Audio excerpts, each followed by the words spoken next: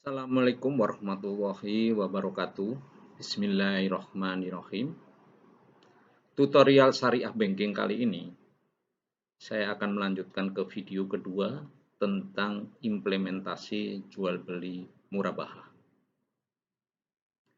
Allah telah berfirman di dalam surat Al-Baqarah 275 bahwa Allah telah menghalalkan jual beli dan mengharamkan riba. Nah, yang kita pelajari sekarang ini adalah bagaimana transaksi jual beli diimplementasikan di perbankan syariah.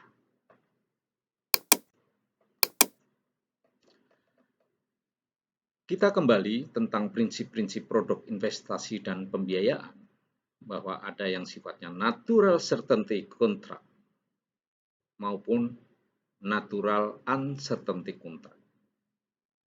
Nah, natural certainty contract ini adalah berdasarkan pada margin keuntungan yang sudah pasti. Itu artinya kontrak atau akad dalam bisnis yang memberikan kepastian pembayaran. Objek pertukaran barang maupun jasa harus ditetapkan di awal akad dengan jelas. Nah, yang kita bahas kali ini adalah masalah murabahah. Jual beli ya, di dalam hukum Islam kita mengenal prinsip sehubungan dengan adanya perpindahan kepemilikan barang atau benda atau transfer of property.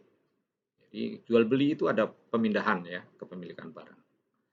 Kemudian jual beli atau al-bai itu tingkat keuntungan bank ditentukan di muka dan menjadi bagian dari harga barang yang dijual.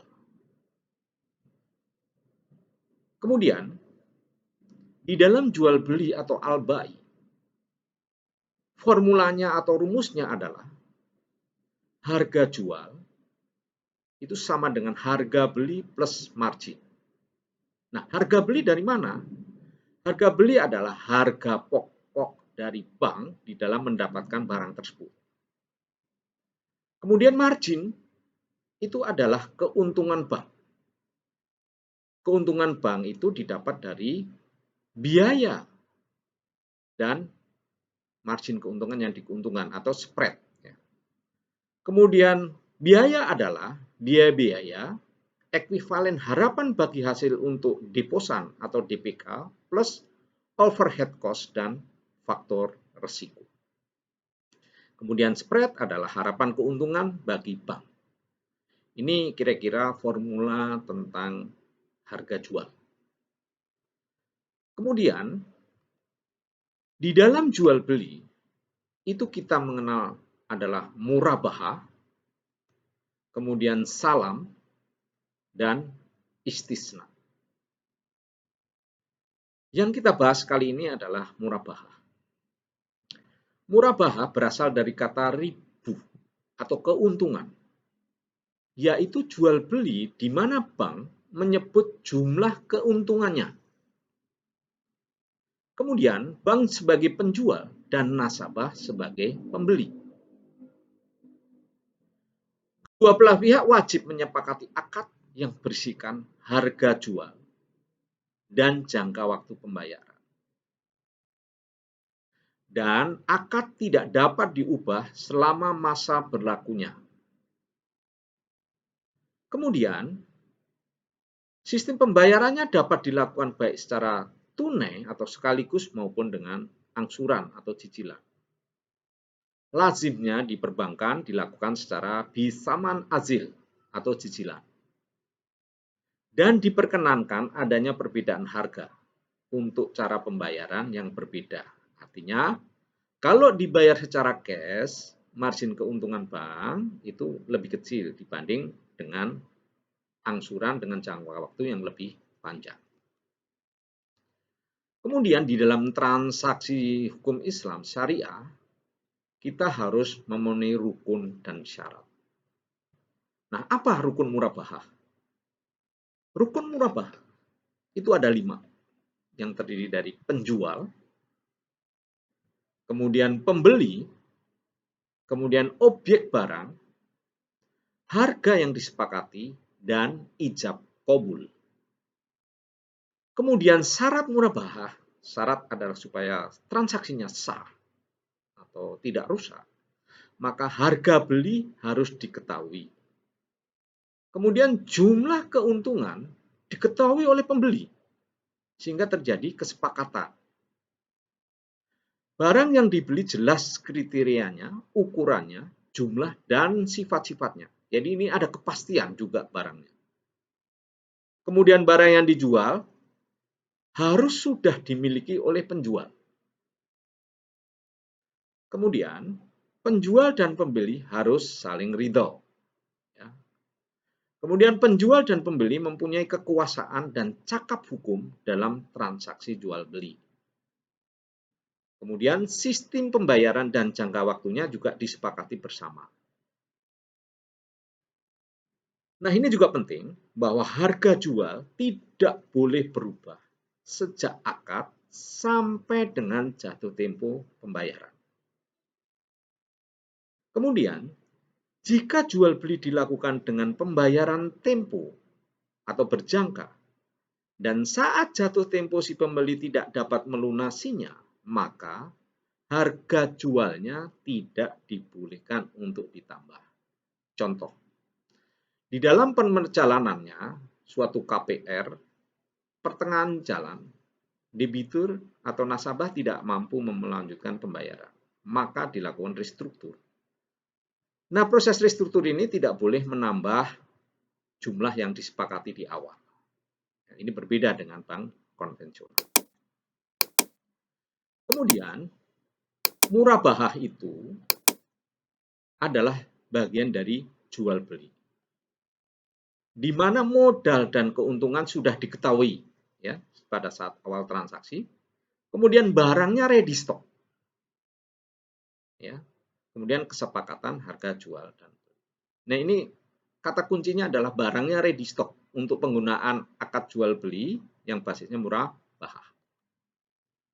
Skema transaksinya dibagi menjadi 3. Ya. Yang pertama, nasabah dan bank melakukan negosiasi. Ya, nasabah mengajukan permohonan pemesanan barang kepada bank, misalnya mengajukan pembelian rumah. Kemudian bank akan memberikan penawaran harga pokok maupun margin keuntungan, sehingga penawarannya dilakukan ke nasabah. Nah, nasabah menyetujuinya. Setelah setuju, proses kepemilikan barang dilanjutkan, yaitu dengan bank melakukan pembelian barang kepada developer atau supplier. Kemudian developer menyerahkan pesanan barangnya ke bank. Kemudian dilanjutkan proses jual belinya secara murabahah. Jadi bank syariah dengan nasabah melakukan akad murabahah untuk melakukan penjualan barang tersebut, dan kemudian nasabah melakukan angsuran. Jadi di sini ada 3 tahap ya, proses negosiasi, proses kepemilikan barang, dan proses jual beli. Nah, bagaimana jika kondisi bank tidak memungkinkan membeli langsung? Nah, ini yang lazim banyak terjadi. Kan bank biasanya mewakilkan kepada nasabah untuk mencari barangnya. Nah, disinilah skema murabahah dengan menggunakan wakalah. Prosesnya sama, hanya di tahap proses kepemilikan barang, bank mewakilkan kepada nasabah, memberikan kuasa beli kepada barang kepada nasabah, dan nasabah langsung menghubungi developer supaya barang yang diinginkan sesuai dengan kriteria nasabah. Kemudian barang diserahkan ke nasabah dan dilanjutkan ke bank. Kemudian baru dilakukan akad. Jadi disinilah peran wakalah. Bank mewakilkan kepada nasabah untuk membeli ke supplier. Ini bedanya ya. Dan ini lazim dilakukan di perbankan. Kemudian di dalam murabahah kita mengenal uang muka, diskon, denda ganti rugi, bangkrut, dan penjadwalan kembali. Uang muka diperkenankan.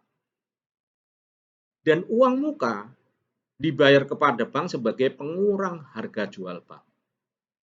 Nah, bagaimana dengan diskon dari supplier? Kalau diskon itu diberikan sebelum akad murabahah, maka harga belinya itu dikurangi diskon. Ya, dan diskon menjadi hak nasabah. Nah, bagaimana setelah akad supplier memberikan diskon? Nah, diskon ini ya dibagi sesuai kesepakatan di dalam akad. Kemudian misalnya nasabah jangka waktunya 5 tahun dan 2 tahun mau melunasi atau pelunasan dipercepat. Maka diskon atau potongan tagihan murabahah dapat diberikan untuk pelunasan. Ya. Jadi dibolehkan. Ya, sepanjang pembayarannya tepat waktu atau mengalami penurunan kemampuan membayar misalnya seperti itu. Kemudian besarnya diskon atau potongan tagihan murabahah merupakan kebijakan bank syariah. Jadi tidak harus sama dengan margin yang belum diterima. Ini yang sering menjadi diskusi panjang dengan nasabah, bahwa diskon itu sepenuhnya kebijakan bank dan tidak boleh diperjanjikan di awal akad. Kemudian denda. Denda boleh dikenakan jika nasabah mampu tapi tidak mau membayar. Tapi kalau dia terjadi force majeure yang bukan kesalahan nasabah, maka tidak dibolehkan dikenakan denda. Ini berbeda dengan bank konven. Ya. Kemudian denda didasarkan pada prinsip takzir, yaitu untuk disiplin nasabah. Dan denda harus sesuai kesepakatan di awal akad. Dan ini harus dicantumkan di akad. Dan jumlah denda tidak boleh dengan persentase, tapi dengan bentuk nominal rupiah. Dan ini yang membedakan dengan bank konven, bahwa pendapatan atau pengenaan denda oleh bank syariah digunakan sebagai dana sosial, bukan sebagai pendapatan bank. Ya, ini yang membedakan. Demikian juga ganti rugi. Ganti rugi hanya boleh dikenakan atas pihak yang sengaja atau karena kelalaiannya melakukan sesuatu yang menyimpang dari ketentuan akad dan menimbulkan kerugian pada bank lain, pada bank. Kerugian yang dikenakan adalah kerugian real yang dapat diperhitungkan dengan jelas. Ya. Jadi besarnya sesuai dengan nilai kerugian real yang pasti dialami, fixed cost, dan bukan kerugian yang diperkirakan atau potential loss. Jadi ini ganti rugi hanya untuk transaksi murabahah, salam, istisna, dan ijarah. Yang basisnya adalah jual beli. Dalam akad mudharabah dan musyarakah, ganti rugi hanya boleh dikenakan apabila bagian keuntungannya sudah jelas tapi tidak dibayarkan. Nah, ganti rugi ini dapat diakui sebagai pendapatan bank dan tidak dibolehkan dicantumkan di akad. Jadi beda ya ganti rugi sama denda. Nah, kemudian misalnya ada keberangkutan nasabah.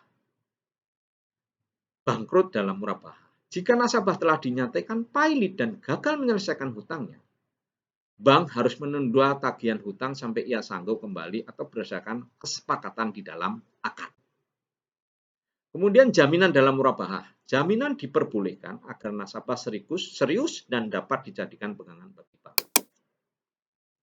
Restruct atau restruktur penjadwalan kembali tagihan murabahah. Bank boleh melakukan reschedule tagihan murabahah bagi nasabah yang tidak bisa menyelesaikan melunasi pembiayaannya sesuai jadwal yang disepakati. Namun, bank tidak boleh menambah jumlah tagihan yang tersisa. Pembebanan biaya dalam proses penjadwalan kembali adalah biaya real dan perpanjangan masa pembayaran harus berdasarkan kesepakatan kedua belah pihak. Artinya, di sini apabila menambah jangka waktu, maka bank tidak boleh menambah jumlah margin yang sudah disepakati di awal. Harus tetap. Ini contoh di dalam perhitungan murabahah. Ya. Misalnya, nasabah membutuhkan mesin fotokopi mempertahankan usaha. Jika membeli secara tunai, ia harus menyediakan dana 80 juta. Maka ia hanya tidak mempunyai dana. Kemudian dia datang ke bank untuk melakukan pembelian dengan cara mengangsur selama 1 tahun. Nah, bank menganalisa harga barang dari pemasok 80 juta. Keuntungan yang diharapkan bank 20% per tahun. Jangan bingung, prosen ini juga Bank Syariah menggunakan cara model perhitungan ya. Ini dibolehkan.